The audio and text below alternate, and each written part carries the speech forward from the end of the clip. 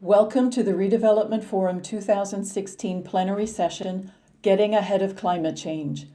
On the panel this morning are Amy Chester from Rebuild by Design, which sponsored a resiliency design competition in the wake of Hurricane Sandy, Ben Strauss from Climate Central, which conducts research, education, and advocacy on the effects of a changing climate, Alex Kaplan from commercial reinsurance company Swiss Re, and Dan Zarilli, who directs climate policy and programs for New York City Mayor Bill de Blasio's office. Video at the Redevelopment Forum is made possible by the law firm of McManaman, Scotland & Bauman, and by Mill Creek Residential.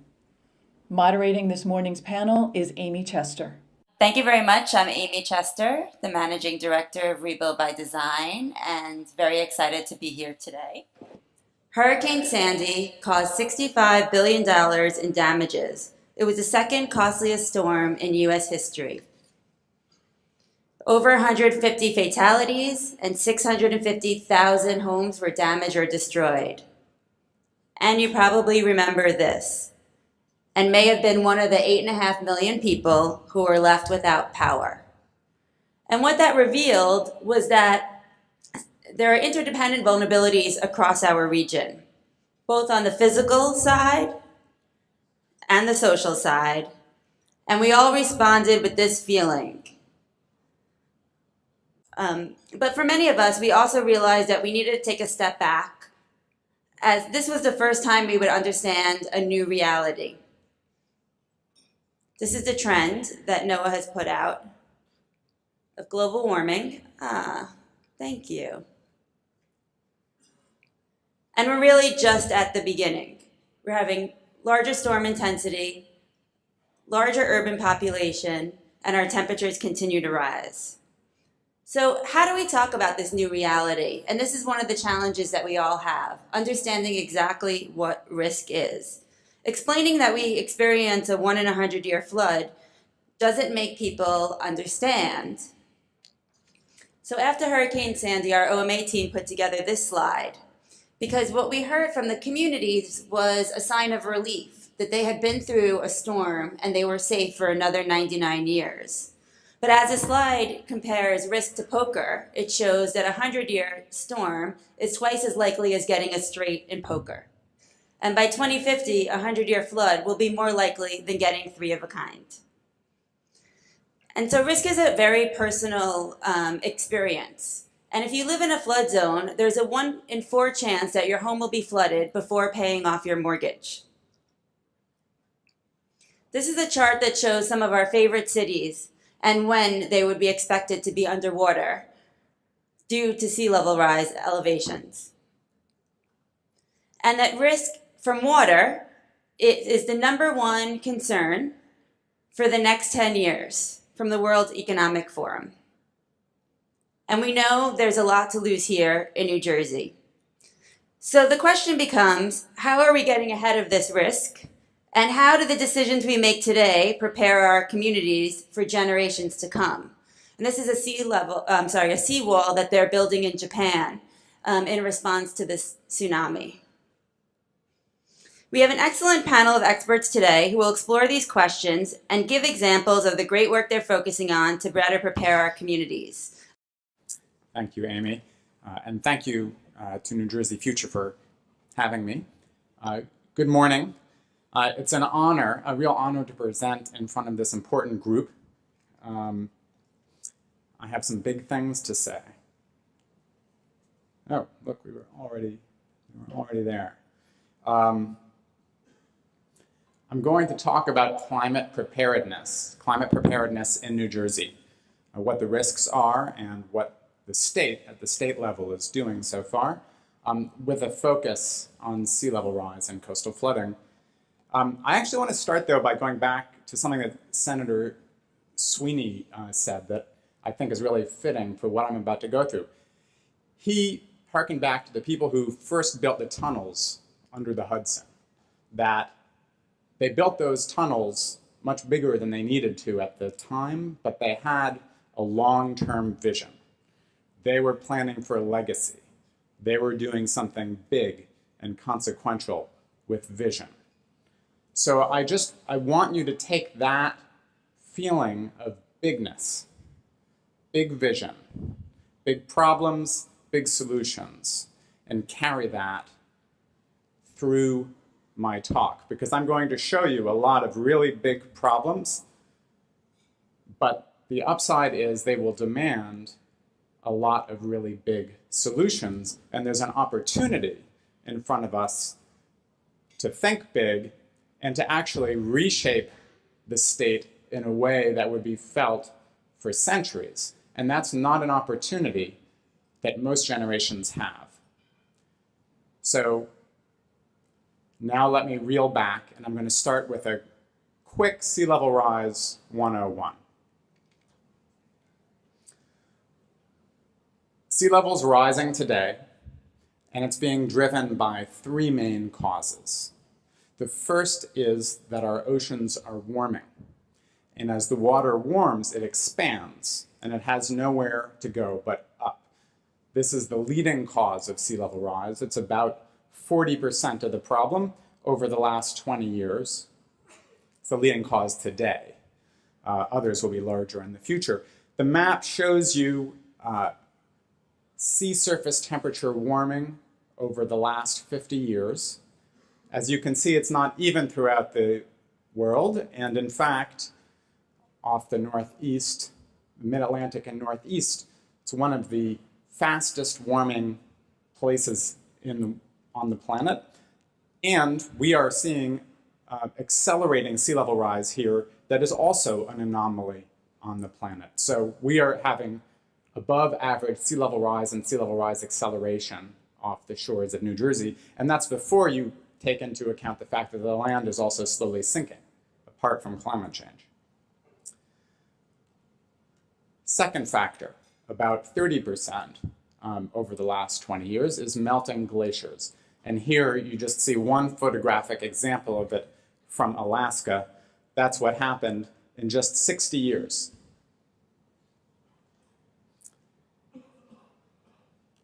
Third factor, melting ice sheets. And this accounts for around 20%. However, this is the big monster. The ice sheets are what could be the major contributor over the coming centuries. Even though they're a small player now, they're just getting going. And you can see from this figure that there's a great acceleration going on in ice loss from Greenland, and there is a similar acceleration going on from Antarctica, just over the last couple of decades. And it doesn't take a lot of scientific insight to understand that if you heat up temperatures, you will melt more glaciers and you will melt more ice sheets, as well as warm up the ocean. Okay, so just a few weeks ago, a very important paper was published in the Proceedings of the National Academy of Sciences. Here it is, led by Dr. Robert Kopp of Rutgers, just down the street. And this paper found that sea level rise over the last century is wildly unprecedented in the last 3,000 years, at least. Here's a look at the contrast between the last century and each century since the year zero. Some people talk about a global warming hockey stick. To me, this looks more like an L lying on its side. Right? There's a huge contrast between what we're seeing this last century and what happened before. But if you look carefully at the figure, you'll notice, at least, that we're talking about only 5 inches or so, less than 6 inches in the 20th century. So what's the big deal? How bad could 5 inches be? Here's a picture from Ocean City, New Jersey, taken this last October. Nor'easter came in. Here's another picture taken in January, also Ocean City, when we had that blizzard. If you look closely at both of these photographs, they are not deep floods. They are not destroying buildings. These are not Sandys. If you look at the car in the background, its tires are wet. It's not a big deal. Well, it's a big deal if you're trying to come or go. It's a big deal if the undercarriage of your car gets rusty because it's dealing with all this salt coming off of the road. But it's not highly destructive. But you can imagine that 5 inches might make a difference for a flood like this. So when Dr. Kopp put his study out, I knew it was coming. And we started a conversation, and I said that I decided to do a study on, extending it. And I collaborated with him and 2 others, and we wrote a paper that said, we wrote a special report that looked at what difference do these few inches of sea level rise make for this so-called nuisance flooding, or high tide flooding, or minor storm flooding. The National Weather Service defines a nuisance flood in many locations around the country as a flood level where they see local impacts. The water comes up high enough to block someone on their commute. It comes up high enough to back up the sewer systems. It comes up high enough to degrade the bedding underneath roads and start to muck with the infrastructure. So we said, and here's the other really important part of Bob's paper, not only did they find that the 20th century was unprecedented in its rate of sea level rise, but they also were able to extract the human fingerprint, the human signal. They played the tape twice. They asked what would have happened if we didn't have warming in the 20th century and what actually happened. And the difference was thanks to us, global warming. So we said, what would happen if we went to hourly water level records from tide gauges around the United States and we subtracted out this human fingerprint to climate change, to sea level rise? How many floods would we have? We looked at 27 gauges with long-term records since 1950, and we found that since then, 2 out of 3 coastal floods in our central estimate would not have happened without human-caused sea level rise, without human-caused climate change. And if you limit the analysis to the last decade, it's 3 out of 4. You can also look at it decade by decade, and here we pull out the data from the Atlantic City tide gauge, which we analyzed, and you can see we're close to 3 out of 4 in the last decade, and the curve in the number of floods per decade is going steeply up, and that is being driven primarily, not only, but primarily by the climate signal. The ground is also sinking on the Jersey Shore, as I mentioned. Bob's paper and our report were together covered on the front page of the Times. You might have seen the article a few weeks ago, and I can't do better. This is a quote from me in the article, but I can't do better than to just read it again and say it. For most storms today, most coastal floods, it's not the tide, it's not the wind, it's us, okay? We have a totally new way we have to think about coastal flooding already. I'm not talking about any projections to the future, not yet. So here's a look at Atlantic City at that nuisance flood level, 0.5 meter. And the white area is dry land, and the blue is generally ocean. If you get blue over the land, that's land below the flood level.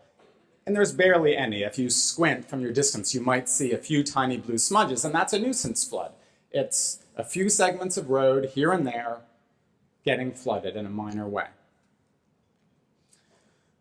But now we move up to 3 feet, and I'm not sure, from your angle how the view is. Certainly on a computer monitor, you would see that substantial parts of the city have a swath of blue. This is a flood level which would be happening more than once a year by mid-century, even in a very mid-range. If we cut emissions moderately and a mid-range sea level sensitivity. So this is a very middle of the range sea level rise projection. A more than once a year flood, really affecting a lot of the city. And here's now the same area overlaid with property values per acre. All of this stuff you can find online on our website, and I will have URLs at the end in my last slide, so you can navigate to this, and for any zip code in the state or the country, for that matter. There's also an analysis, and I hope this is more visible to you than it is to me. There seems to have been a strange color transition in the slide transition, but I'm showing you, so much better, thank you. Let's go back and just show you, there is Atlantic City at that more than once a year level by mid-century, okay? So here we're looking at hazardous waste sites below that same level, 3 feet, which, by the way, is a more than once a year flood throughout the whole state, whether we look at Cape May, Atlantic City, or up near Hoboken. More than 500 hazardous waste sites, 27 major hazardous waste sites are under that once a year or more flood level by mid-century. Again. Which Cape May tops at 20% of the homes in Cape May. All right, and now moving forward. Now, everything I've talked about so far are really minor floods, high frequency, common floods. If we look at major floods, 100-year floods, here's a glimpse at how human-caused sea level rise is changing that risk of a major flood between now and 2030 in this graph. And all of this is based on peer-reviewed science. Okay, so that's the easy stuff. It turns out that when we put carbon into the atmosphere, we are locking in long-term sea level rise. And it's much easier to estimate how much the sea level will rise than how quickly. So the images I'm about to show you, they might happen in 200 years, within 200 years. They might happen within 2,000 years. It'll probably be more in the low hundreds than in the thousands, but it's much harder to put a time frame on it than the amount of sea level rise. There are a bunch of reasons for that. I won't go into it now, but just imagine if I dumped a pile of ice here in this warm room, it would be really easy for all of us to immediately know how much was going to melt. But it would be a lot harder, and it would take work to say exactly how quickly, especially if you wanted to know minute by minute. So with colleagues, I recently published another paper in the Proceedings of the National Academy of Sciences this last fall, looking at how the carbon we're putting into the atmosphere now and over the coming few decades locks in these different long-term futures. And so here, I think we need a little color help again, please. Here, we're looking at Newark under 2 different scenarios. On the left, we have an unchecked pollution, business as usual. There we go, much better. And on the right, we have an extreme carbon cuts. Now, it doesn't look great, even under that best case scenario, but there's a significant difference nonetheless. Here's Hoboken. Again, a difference, less of a difference, but significant trouble in either case. I think of the right-hand panels as a kind of minimum planning scenario. We are just not going to do better than that. It's not happening tomorrow, but if you're wondering whether that investment in being resilient to higher sea levels, whether you're over-planning it, the answer is no, right?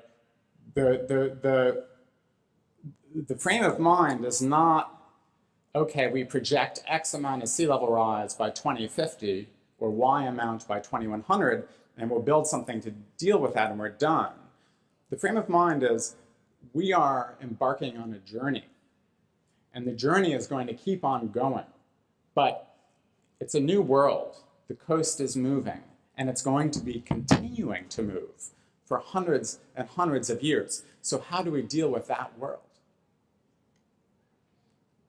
Here's Atlantic City. The choice doesn't really make a difference for Atlantic City. There are some places, it's not just Miami. Miami is one of them, but also, for example, the Barrier Islands of New Jersey. Even in our best case scenario, they're completely underwater. Okay, another color shift.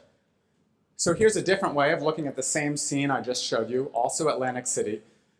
This is the locked-in sea level if we limit warming to 1.5 degrees Celsius. You might have heard news of the Paris Agreement when nations took really an unexpectedly aggressive stance and said we want to limit warming well under 2 degrees Celsius, and we really want to get as far as 1.5 degrees Celsius, which is tremendous. It was unexpectedly ambitious. A lot of commentators felt, it's not going to be possible, but we're glad it's in there. Well, here's the future of Atlantic City after 1.5 degrees Celsius. Here's a closer look. Here's a look at Hoboken after 1.5 degrees Celsius. Here's a look at Newark Airport, looking up north to Newark after 1.5 degrees Celsius. So, and finally, this map shows, it's extracted from a larger interactive.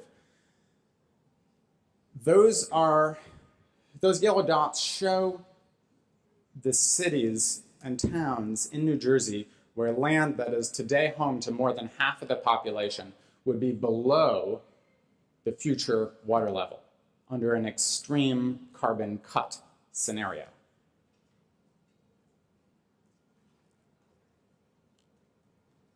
So, what are we doing about it? What is New Jersey doing about it? My organization, together with ICF International, released a report last fall grading states on their preparedness action, actually, and how it related to the hazard that each state was facing. So here's a look at the national overview. You'll see New Jersey, unfortunately, is a kind of uncomfortable shade of orange there, darker than its neighbors in this color scheme. And I'm going to just take you through a few of the elements of this grading. We looked at 3 hazards for New Jersey, one of which was coastal flooding. And how did we look at coastal flooding? Well, we broke it down into an analysis of the threat level and preparedness. You'll see overall, New Jersey got a grade of D- for coastal flooding preparedness. D+ was the overall state grade. If you look in the 2 lower panels, the orange diamond shows New Jersey, and it shows it relative to all the other states in shades of blue and white. So you can see on the left, New Jersey's threat level is number 4 in the nation. Florida and Louisiana are in a class of their own, but for the rest of the states, New Jersey is pretty much most at risk.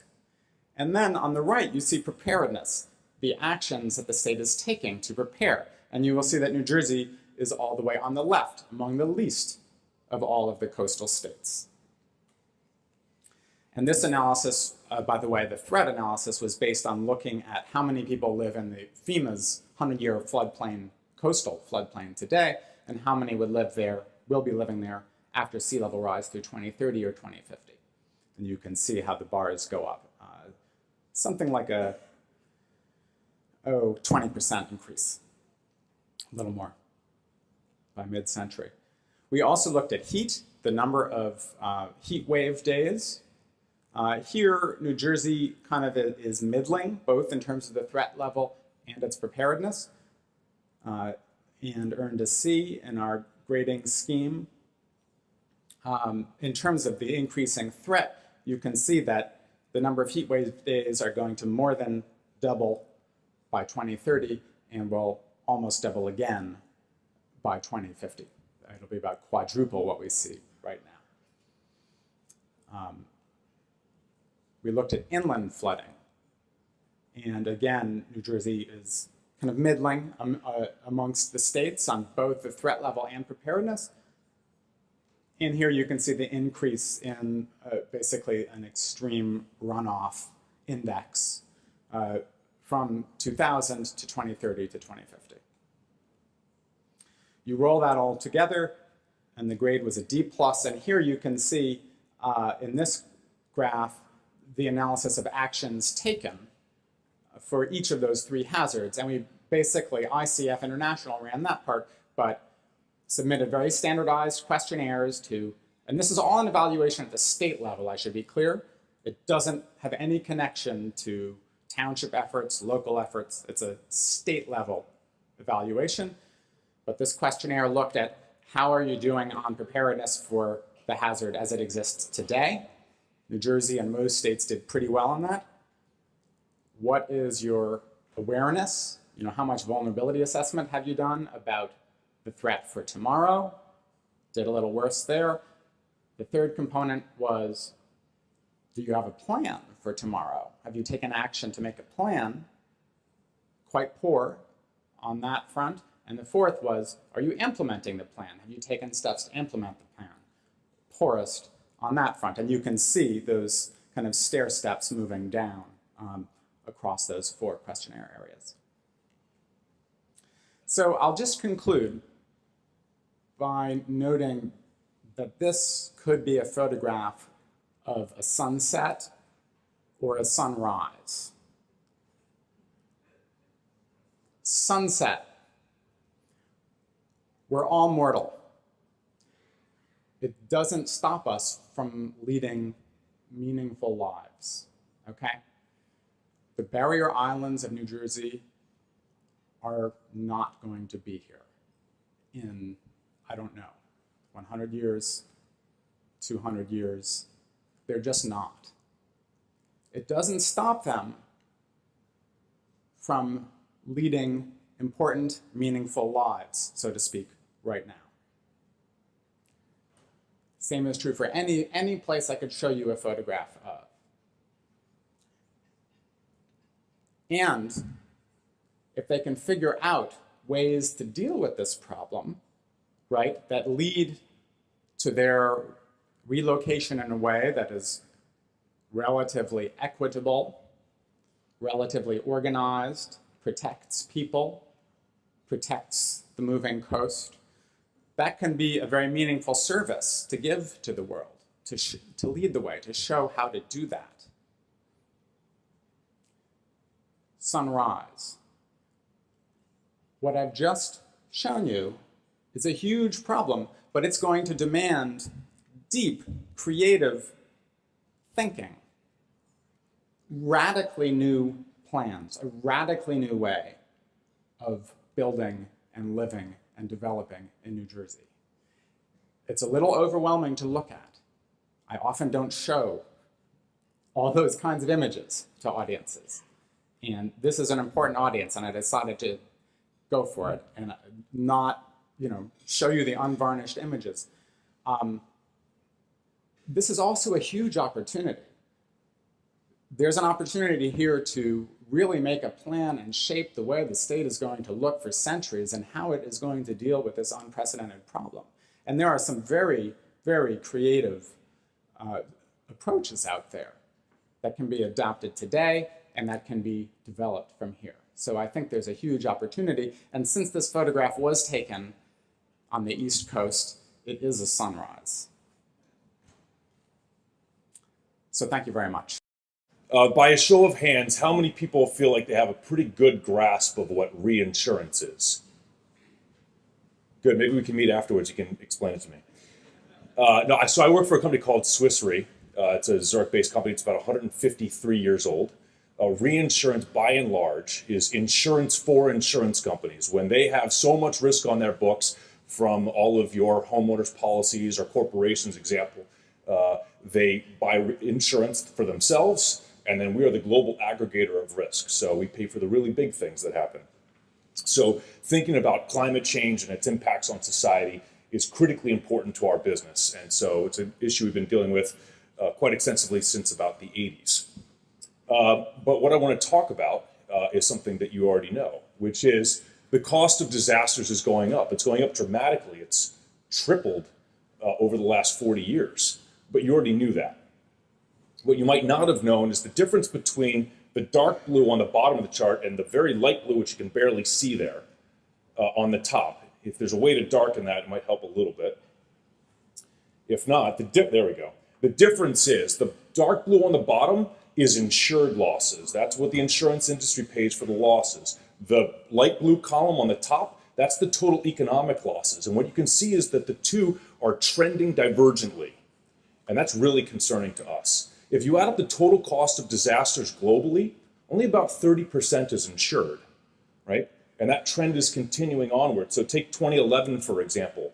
$403 billion worth of economic damage was done by natural disasters around the globe. And a lot of that was out of Japan from the earthquake.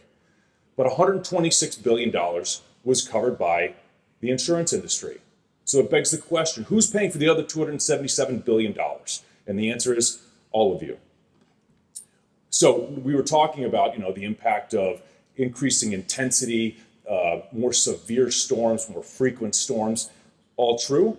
But that's not what's driving the loss number. And as Ben said, it's us. It is the dramatic increase in the changes of exposure, the massive accumulation of wealth and assets in the most disaster-prone areas of the world. This is Shanghai, 1990 to 2013. Now, it's not exactly what you might see here in the US, but I'm pointing this out for the dramatic impact that you can see. This is the same photograph taken from the exact same location in Shanghai. The only discernible difference between the two images is the Huangpu River that runs through the center of town.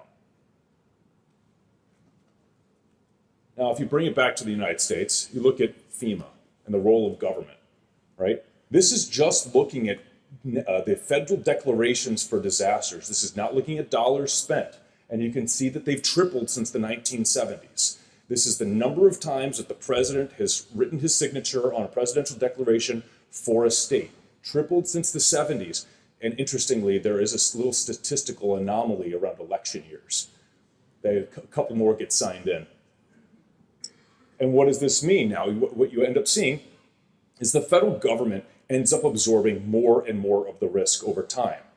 77% as of 2009 was covered by the federal government versus what was paid for by the rest of society outside of the insurance industry. The message I'm trying to convey here is that the bow is going to break. This is an unsustainable path. The federal government is going to start saying, you know what, guys? I'm sorry, you're on your own. You have to manage this risk a bit better on your own. Plan a little bit better. Put financial mechanisms in place before the disaster occurs so that you don't have to come begging Congress afterwards for assistance after the event has occurred. And let's just look a couple of quick numbers, right? So since 2005, over $300 billion has been spent just on extreme weather and wildfires alone. I know we don't have a lot of wildfires here in New Jersey, but I want to point this out because this is anecdotal of the rest of the federal budget. In 1991, the U.S. Forest Service's budget made up 13% by fighting wildfires, and now it's well over 50%. And in 2012, the year of Sandy, the federal government spent $96 billion on climate-related disasters alone. That's more than the federal government spent on education and more than they spent on transportation. Where is this going, guys? And international organizations and rating agencies are starting to pay attention. As you can see, Standard & Poor's, which rates all of our municipalities and townships, et cetera, all the way up to the federal government, they're noticing natural disasters can damage sovereign creditworthiness. If we start seeing that, the cost of the transportation infrastructure spending that was being spoken about before, the cost of that goes up. So we need to be able to manage these exposures better and show that to the rest of the society, including the people that are rating our debt issuance.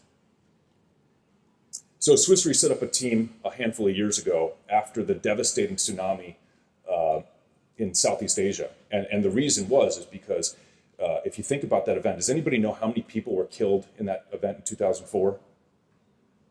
Over 200,000 people were killed. And the total insurance impact was negligible. It was a couple of $100 million, I think. And what we realized is that was an utter failure of our industry to respond to the needs of society. So what we did is we designed a team that works exclusively with governments to help them identify, quantify, and ultimately transfer the risk off the back of taxpayers and move it into the private markets.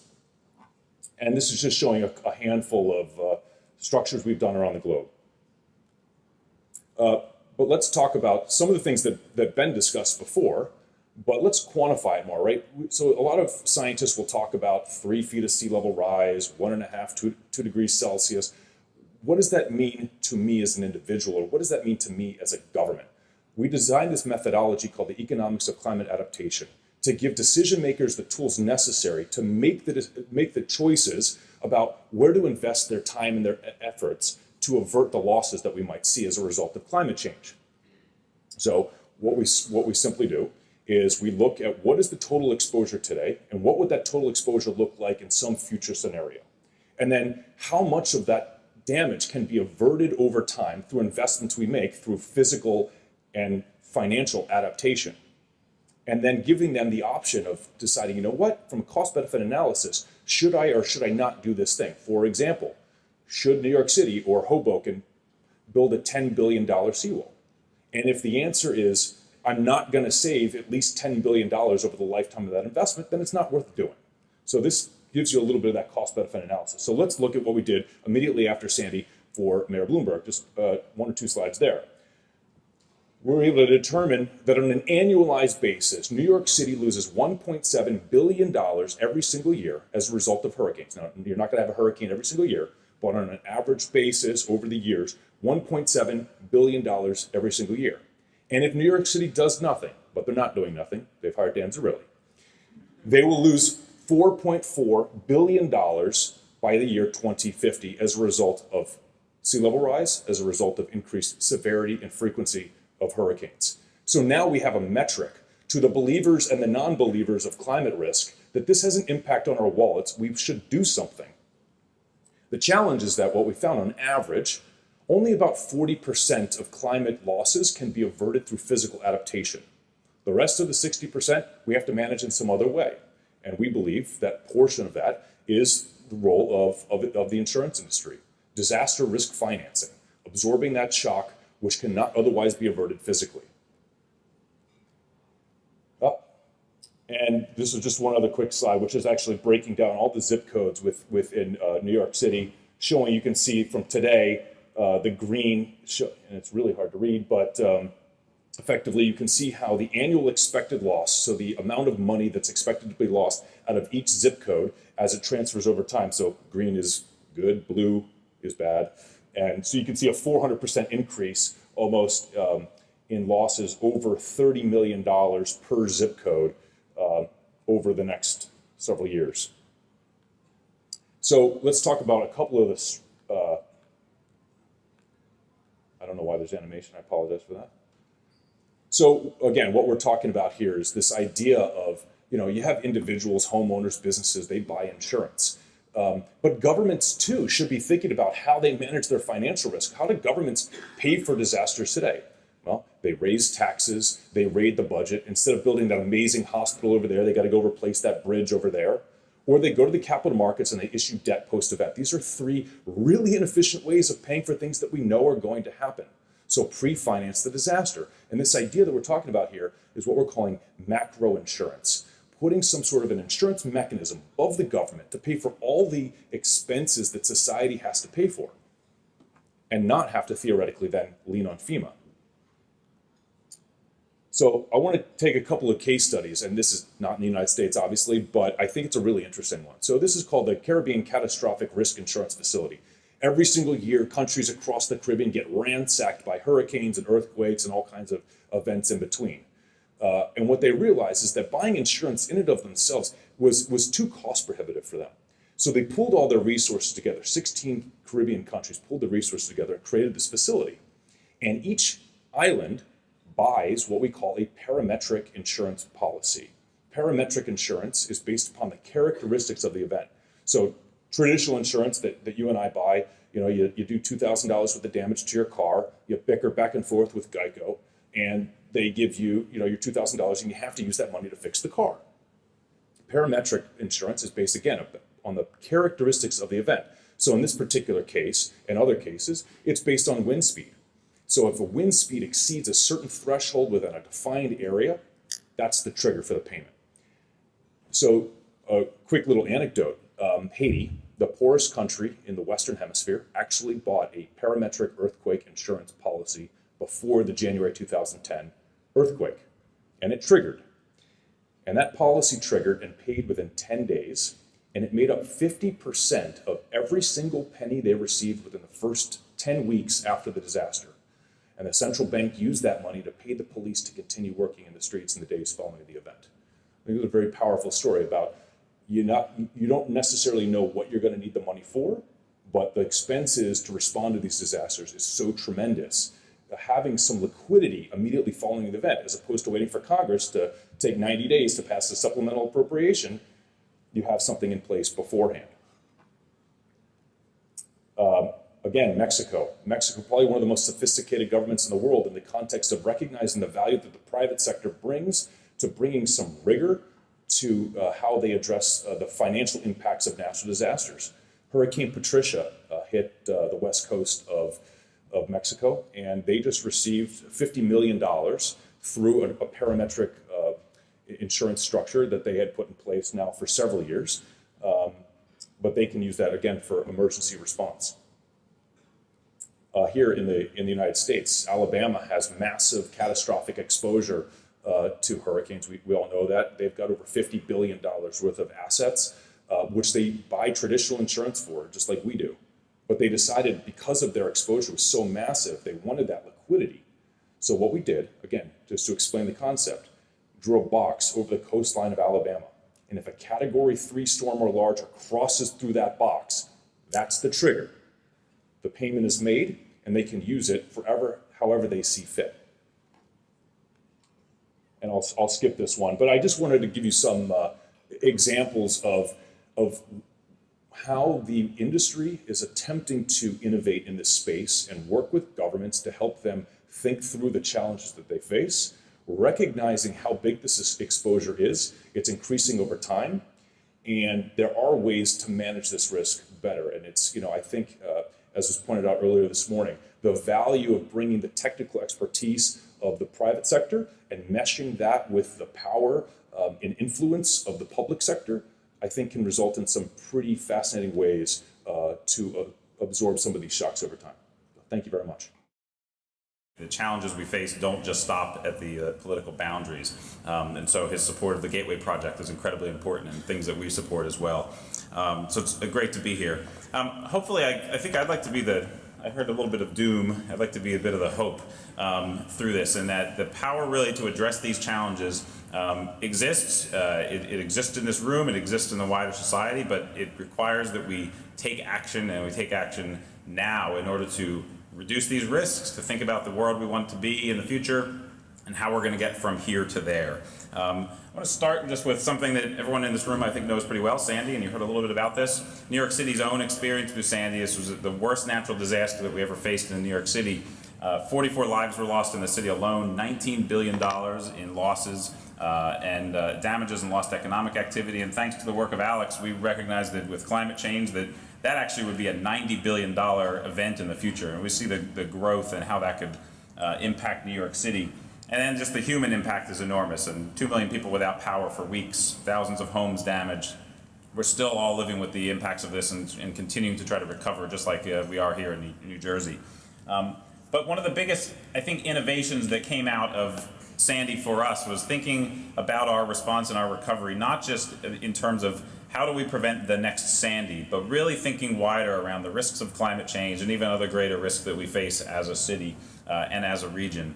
We have a New York City panel on climate change that advises us on the future projections, and so we'll go through a couple numbers here, but sea levels are clearly rising. You saw that from Ben's work. We're looking and planning into the 2050s, out to 2100, where sea level rise could be as much as 6 feet by 2100, and that's not the stopping point. It could clearly keep going.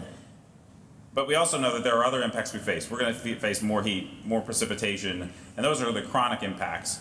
And then on the extreme side, we're going to have more heat waves. We're going to triple the number of days above 90 degrees into the 2050s in New York City. And what that means is that the climate here in the region in 2050s is going to feel more like Alabama is today, given those numbers of days above 90 degrees. And that's a really stark change from what we've dealt with in the past. And then on the extreme weather side, we know that the risks are growing. I wanted to show one map, and I think if you recognize the boroughs of New York City here, the colors, the blue, the yellow, and into the purples, is today's 100-year floodplain, and with sea level rise growing. And I think I saw the statistic that today there are 352,000 people in the 100-year floodplain in New Jersey. According to FEMA, we have 400,000 today in our 100-year floodplain already in New York City. That's going to double into the 2050s and continue to grow as sea levels continue to rise. These are growing into areas where the floodplain maps have not caught up, the building code changes, buildings weren't built to those standards at the time because the flood maps weren't in place. A number of challenges that come with that, as well as the impacts on flood insurance that we will all, I think, continue to deal with as a region. And then there's some wider threats as well. And so Hurricane Sandy and climate change are one piece of that, and we in New York City think that this is one piece of larger challenges that we face. Our population is growing into 2040. We're going to have 9 million people. We're about 8.5 million now. So our population continues to grow, and that presents some stresses on the city. Increasing inequality, clearly a risk in the city, and then our aging infrastructure. And I think that's a common story here across the entire region. And so to address that and to really think about what sort of city we want to make for ourselves, what the world we want to look like in 2050 should be, we put out this plan, One NYC. It was an evolution of work that was done in the prior administration called Plan NYC that you may know about. One NYC is really our focus and our attempt to address the challenges of the future, thinking about climate, thinking about inequality, thinking about the aging infrastructure, growing population, all those challenges, and put forward a number of visions to address these threats. It covers a wide range of areas, particularly on our sustainability side. We're cutting our greenhouse gas emissions 80% by 2050. We want to make sure that we're reducing our own contributions to the causes of climate change as they're happening. But we know we've also locked in a lot of those changes. And so the thing I want to focus a little bit more on today is our resiliency program. And this word, this resiliency or climate adaptation, what it means to us in New York City is that we want to make sure that we are better prepared to withstand and emerge stronger from the impacts of climate change. And that takes a number of different forms as we think about what happens in the future. In our mind, it's a multi-layered approach. It's thinking first about people and neighborhoods, the places we live, work, and play, making sure that we are reducing risk, we are expanding our social connections and our social infrastructure. The government is typically not there on the first day after a disaster, but it's community organizations and churches and neighbors that help each other, and we want to find ways to support that going forward. It's also about our buildings, upgrading them against the future, our infrastructure, and then certainly our coastal defense against sea level rise and hurricanes and nor'easters. Maybe just a little depth of some of the things we're doing. On our social infrastructure side, we've been working to support small businesses after Sandy. Hundreds of businesses, thousands of jobs have been created from the recovery. That's an important part of the story to make sure that we are more socially resilient, more economically resilient going into the future. We've been working to stimulate new technologies for small businesses to use in their recovery. There's some interesting competitions. We've been able to use some of our federal funds to really think about new technologies that can be applied, whether it's in energy, telecommunications, and flood defenses in order to support our small businesses and small business corridors. And continuing to think about our emergency preparedness. We've updated our evacuation maps and done a lot of the work along those lines. And then taking it more into the physical realm, one of the biggest lessons we learned after Sandy is that building codes worked. And so the buildings that were built to the most modern standards were the safest places to be. Important to think about that and make sure that we're continuing to upgrade our standards, continuing to think about land use as a tool for resiliency, to make sure that we're not putting people in harm's way, that we're building to a way that reduces that risk over time.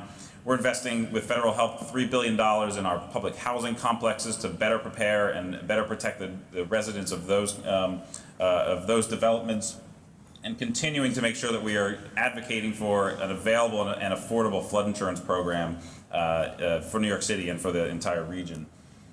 On our infrastructure, and this has been a great story where we've been able to use the opportunity of Sandy, the silver lining, if you will, is that a huge number of resources, billions of dollars, have come into the region, and directing those towards not just preventing the next Sandy, but thinking about the climate risks that we face into the future and making sure we are starting down that path of adapting ourselves to climate change. We've been investing in our public hospitals, we've been investing in our transit systems, and we've been investing in our liquid fuels and telecommunications networks to make sure that those disruptions in the future are not as bad as what we saw during Sandy, which is really important to us. And then certainly on our coastal defenses, we've been doing a lot of work to invest in against sea level rise, against coastal storms. But I want to highlight a point. I think it's important to echo what Ben said about this. Like, we are doing things that we can do to reduce risk now. We know we're vulnerable now, and I think one of the big lessons from Sandy was also that climate change isn't something that's going to happen 100 years from now. It's not going to happen far away. It's here and now. There are some smart things we can do to reduce our risk now, but this is the beginning of a long conversation, and it's not a one and done investment from our point of view. The investments we're making on our coast, they're going to have great utility to protect our communities in our coastal communities.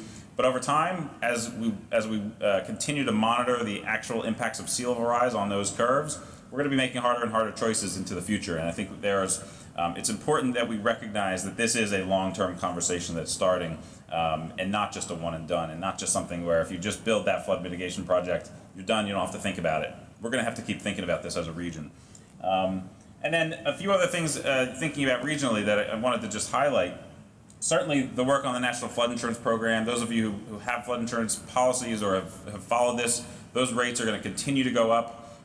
There's a continuing affordability challenge to be addressed, and I think that's something we need to work on together as a region. There's also, the city is working to make sure that its flood maps are accurate, and there's some important work that we can do regionally to make sure that we are advocating for the most accurate flood maps that we can for our region. And then a number of things, again, getting back to the point of our infrastructure and our coastal defenses and our liquid fuel supply and a number of systems, they're all regional. They don't stop at the borders of the city. They don't stop at the Hudson River. They're things we need to work on together, and I think that's something that hopefully we are all thinking through how to work together. And certainly New York City is committed to that because we're committed to this region and want to make sure that we're all succeeding. So thank you very much. Someone came up to me after I gave a talk once in San Diego and said, "Have you heard about blue tech?" Let me tell you about a solution for ports. Now, ports are usually built on the lowest land, some old drained marsh. I mean, they are on the first line of danger. And obviously the port in New Jersey is an extremely important economic engine. We just heard the state senator say, we're raising some bridge so the bigger super tankers can make it through, and that seems like a step in a good direction. But this guy came up to me about blue tech and he said, ports should be built a mile offshore. Build a giant floating port. We can do that. A ship of any size can go there.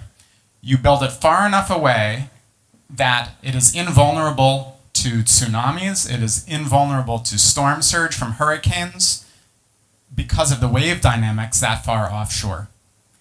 That's where all of your heavy infrastructure is, and you just use barges to ship it back and forth to the coast. All you need on land is this really light infrastructure. Doesn't matter if you rip it up and move it every 30 years. It's easy, okay? So I don't know if that's a good idea or not, but it illustrates to me, right, the seriously big thinking that needs to happen around these kinds of problems. And there are going to be deeply creative, impressive solutions like that. Thank you, man. Alex, it's very interesting stories and really good foresight from a place like Haiti that was able to think ahead. And for economies that don't have the extra dollars to spend, what are the biggest impediments to making this happen? And are there places that they can be a bit more resourcefulness with their funds that they can invest? Yeah, thanks. I think the biggest impediments to being successful in this broader sort of resilient space are two things. One is probably risk perception. So by and large, people, individuals, organizations underestimate what they're exposed to and therefore manage that risk improperly. And the second thing is risk ownership. meaning that everyone assumes that somebody else is going to pick up the tab. And this is increasingly becoming not the case. So I think when you hear about initiatives like One NYC, you hear about what Haiti did even, there are some corollaries where they recognize that they had to put plans in place today to avoid future devastation. And you know, there's a long road ahead, but I think going through the process of even mapping out what your exposure is and making sure that the community around you understands and appreciates what that is, start changing that decision-making process and the way they think about their exposure, we can make really good progress. And doing that cost-benefit analysis of, you know, we've got a set amount of dollars. What's the biggest bang for our buck? Is it buying insurance? Maybe not. But maybe we can, you know, build this green infrastructure, this gray infrastructure, and maybe that's a better answer. So I think moving on to New York City, who is a great example of being able to have that foresight and think about what to do. But we're in a room of town mayors and local supervisors and a lot of public servants who work in places that aren't lucky enough to have a chief resilience officer or a director of recovery or resiliency. Maybe their entire government is only a handful of folks. Dan, do you have advice of where they should begin and what resources might be available to smaller governments? Yeah, I think Alex has a really good point around understanding of risk, because it's certainly true that, you know, what do we have, 350,000 employees in New York City, an $82 billion budget.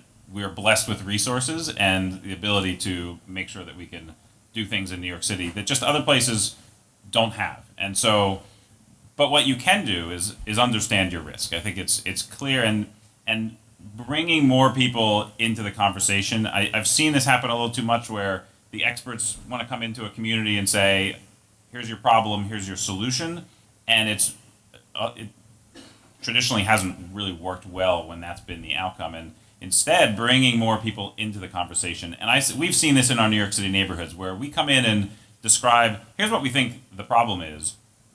What do you think first?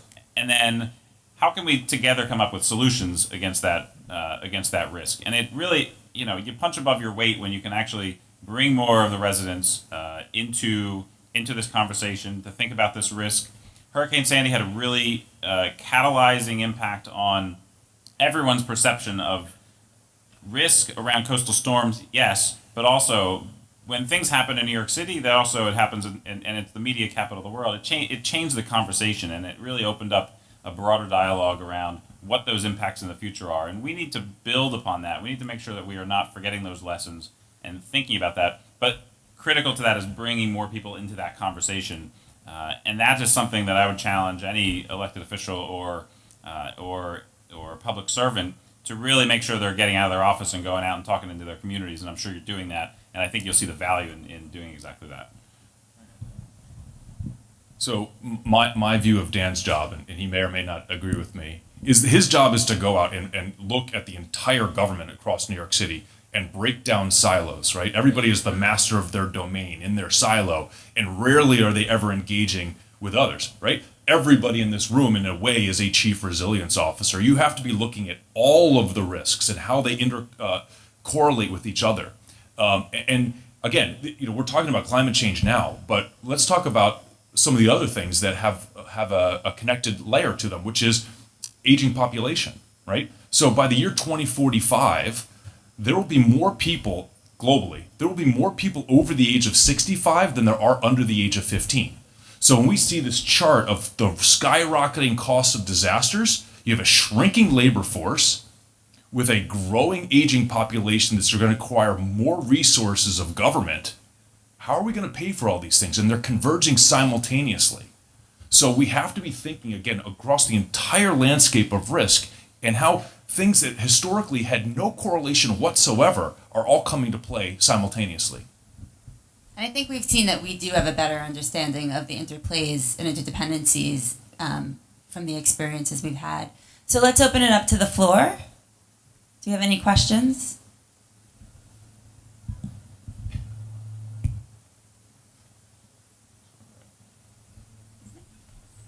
Yeah, we have microphones. If you want to stand up, there'll be a runner. We have one. Hi, this is for Mr. Zerilli. I've seen in various New York real estate listings that flood zones are included, and I'm just wondering if the listing of those flood zones have affected real estate values in any way. I think what we haven't seen is in areas like Lower Manhattan or in some of our commercial real estate areas, a dampening of real estate prices. There has been the rental turnover has continued.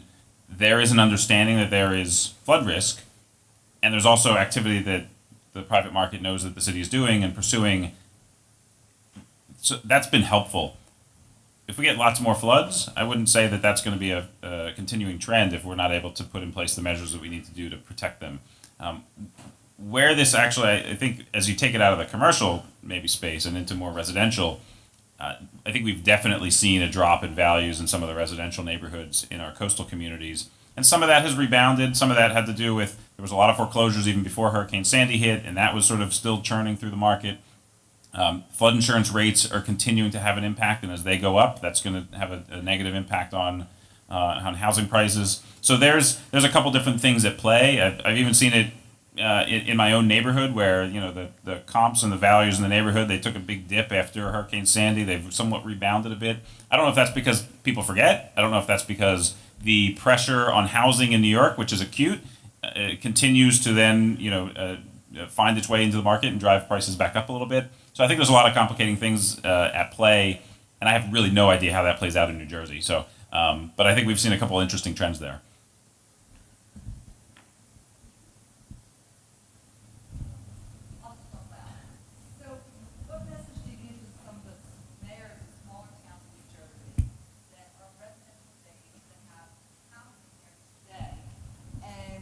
See your maps that are very scary.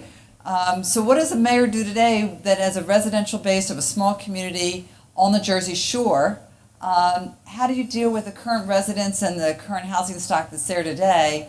And what are some of the takeaways we can tell the mayors or residents to say, okay, you should start thinking about real life examples. I understand your example of the port, which is big picture thinking and great, but what do you do for the mayors to talk about the residents and what to do with the housing stock that may be attached housing and just very hard to deal with without any federal funds to do anything with it?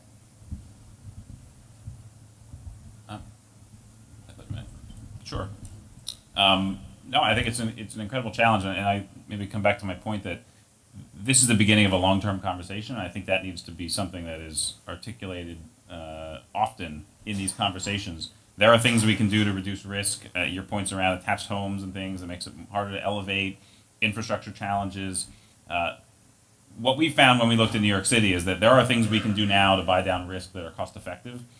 But in thinking into the future, there are, when you put in place something now, it has a lifespan, that there are cost effective ways. The model that Alex showed, the ECA model on cost benefit analysis, was something that we followed in New York City to really think about where are the best places to put our dollars.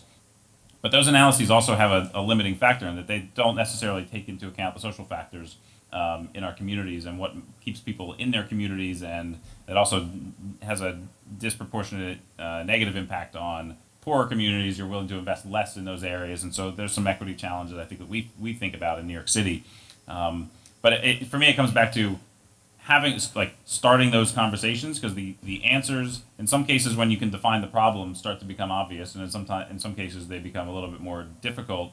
But you have to have that dialogue, and if that means there's an adaptive pathway where your land use has to change in your community, those are going to be some really hard questions. Your tax base might end up diminishing, and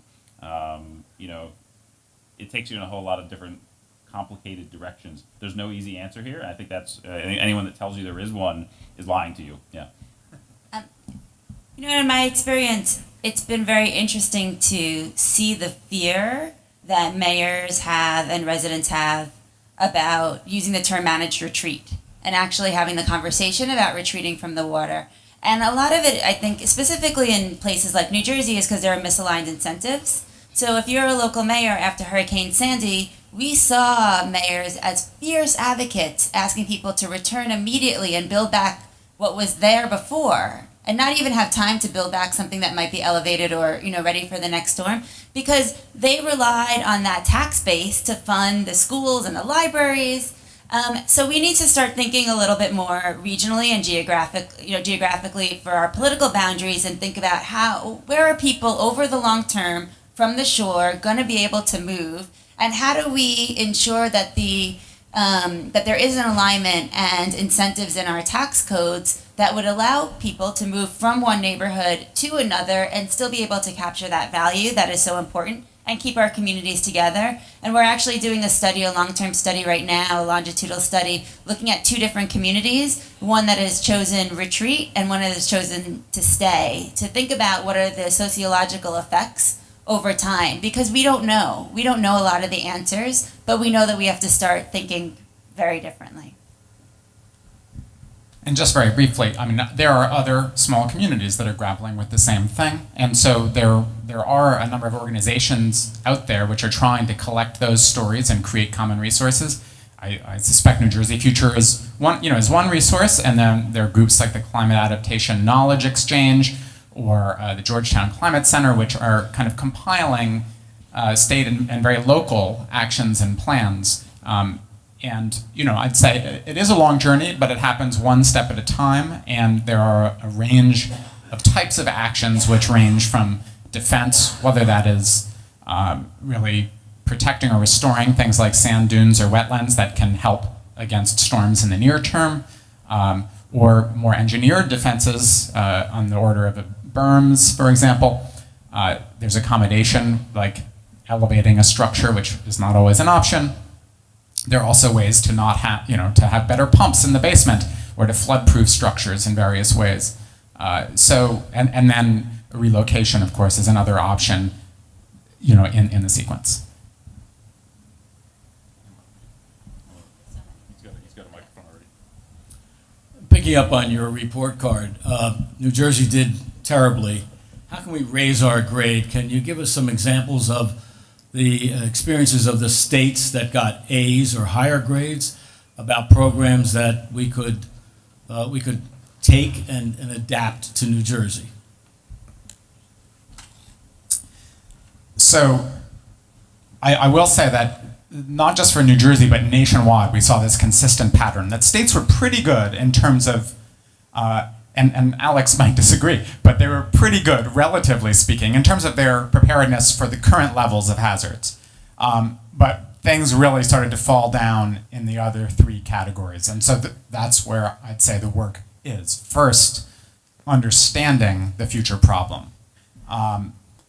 Second, having a plan. And New Jersey, I believe, does not, and Emily or others, please correct me, I don't believe New Jersey has even a state plan on adaptation.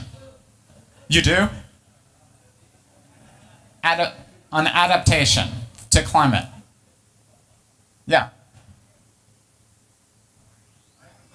We can't hear you. I can repeat it also. This is a very pet peeve of mine, because we have a state plan, the State Development and Redevelopment Plan, that was adopted 15 years ago last week. The law requires that it be redone every 3 years. Drastically not done. It's been 15 years, and we still have the plan. We need to have a new state plan that incorporates the experiences we've had since Sandy and all of the information that you are bringing to us. And I beg the state of New Jersey and the administration to move forward and renew the state plan. Well, I think you have a good answer to your own question there as a great next step.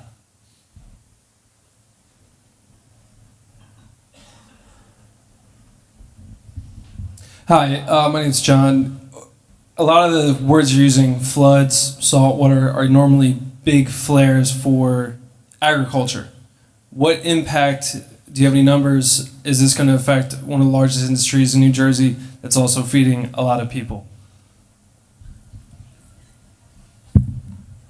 I haven't looked at that specifically. My instinct is that most of the agriculture in New Jersey is on land that's relatively elevated right, compared to the coast. So the bigger issue is inland flooding in kind of river flood zones. But I don't know.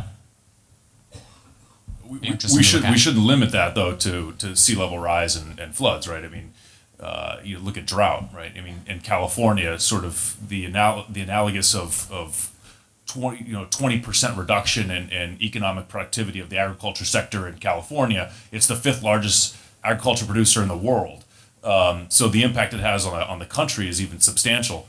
I haven't specifically looked at New Jersey, but the impact of droughts and heat waves and the productivity and the yields that those farmers would see would certainly be impacted.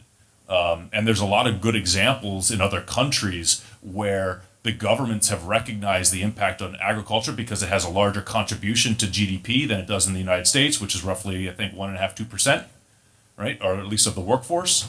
In other countries, it could be 50% of GDP, so it's a much more important issue for them. And they've put all kinds of interesting plans in place, from irrigation to also to risk transfer. We have a dozen African countries that have pulled their risk together, very similarly to the Caribbean, specifically for agricultural drought concerns.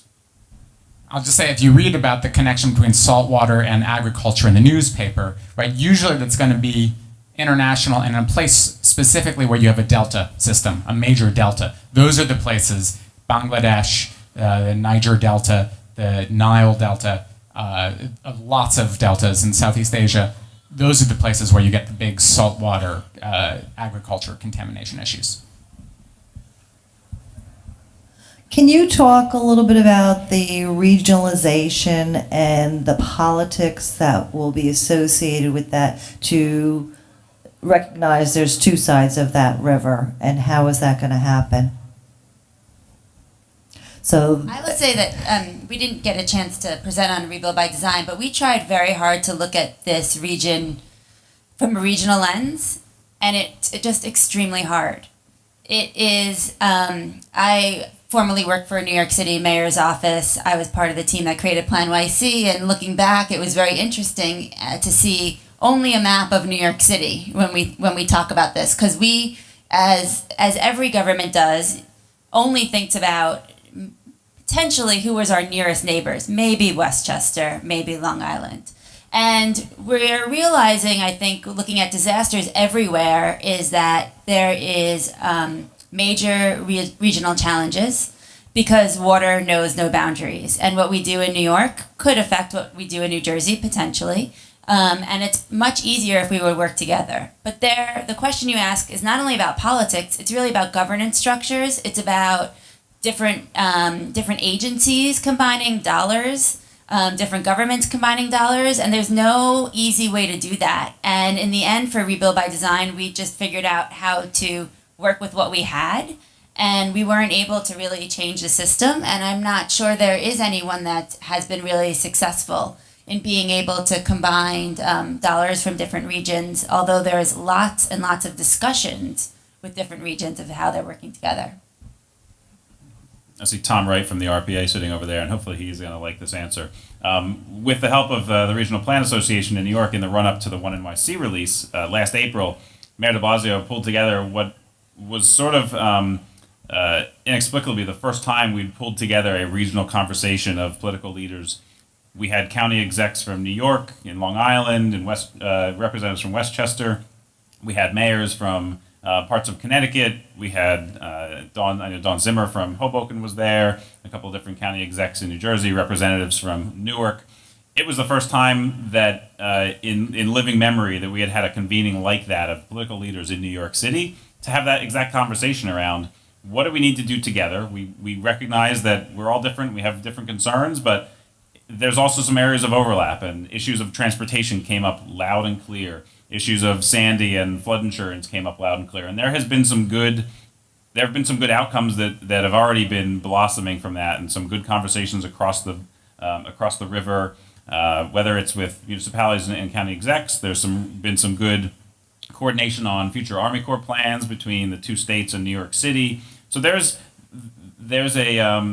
a good beginning or blossoming of some conversations there. I think we have a lot more to do because to to Amy's point, too often, our New York City maps show New York City and blank out the rest of the region, and we just think about, our political boundaries. It's an unfortunate thing that we tend to do. We're trying to challenge, and certainly the mayor's office and Mayor de Blasio are challenging us as a mayor's office to think regionally wherever we can. And with the help of the RPA and other organizations, we can have those conversations because the relationships are there. But there has to be a will, and the leadership from the top has to be there to want to have those conversations. We have time for one more question. Hi, Chris Sturm, New Jersey Future. So, as you all have pointed out, there's very uneven responses by government to addressing climate change. I'm curious what you think the prospects are for more private sector signals. You talked a little bit about real estate, Dan, but what about financing? When is, lenders going to recognize this? And also rating agencies. We're starting to see that, but the impact on commercial investment, for example, seems to be negligible even in places like Miami Beach. I'm not sure I have a lot to say on that, but I know that we've been in and presented to the rating agencies and Moody's and others.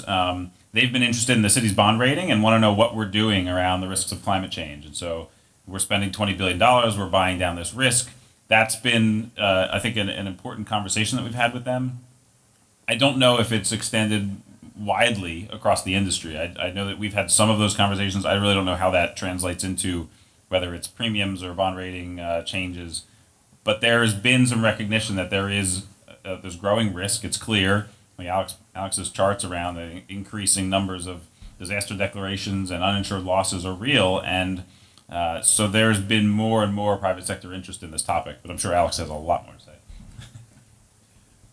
Yeah, I think to your point about the rating agencies, that would be absolutely game changer, right? If there was some recognition in bond ratings, whether on the corporate side or on the municipal and state and sovereign side, where governments are theoretically penalized in their debt servicing costs for their inaction on a topic which will clearly impact their ability to pay in the future, and rewarded simultaneously if they are taking positive actions. And you see that a reduction in debt servicing costs. I think that's very motivating for governments. And it is slow moving, right? I mean, part of the challenge, I think, is in many respects is that insurance policies are written on mostly a single year basis. And how do you really price for the risk of climate within a single year, right? Between January 1 and December 31st, how much does the sea level rise? So 2 millimeters. It's a very challenging topic. We hope that as the reinsurance industry thinking about these massive events, writing these really big checks for things like Hurricane Sandy, that sort of trickles down through the system, and then everyone sort of changes their methodology for how they approach these things. But I think everybody should talk to the rating agencies about this topic. Yeah, and just on that, and really in almost any sector, I think we're really still at the dawn of getting that this is happening.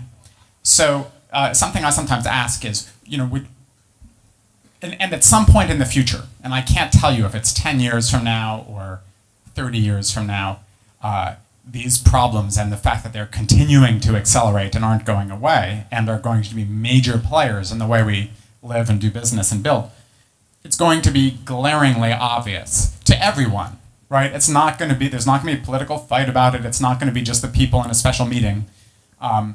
So the question is, as an individual homeowner making a decision to buy or sell, or as a mayor, trying to get resources from the state, let's say, or from the feds, or as a business trying to be a mover in a state, make a profit, have a competitive advantage.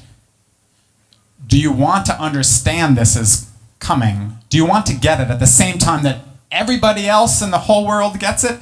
Or do you want to understand a little bit before then? Do you want to move first? So thank you. I want to thank again New Jersey Future for bringing this important conversation really to the forefront of the day, and thank our panelists, Ben Strauss from Climate Central, Alex Kaplan from Swiss Re, and Dan Zerilli from the New York City Mayor's Office.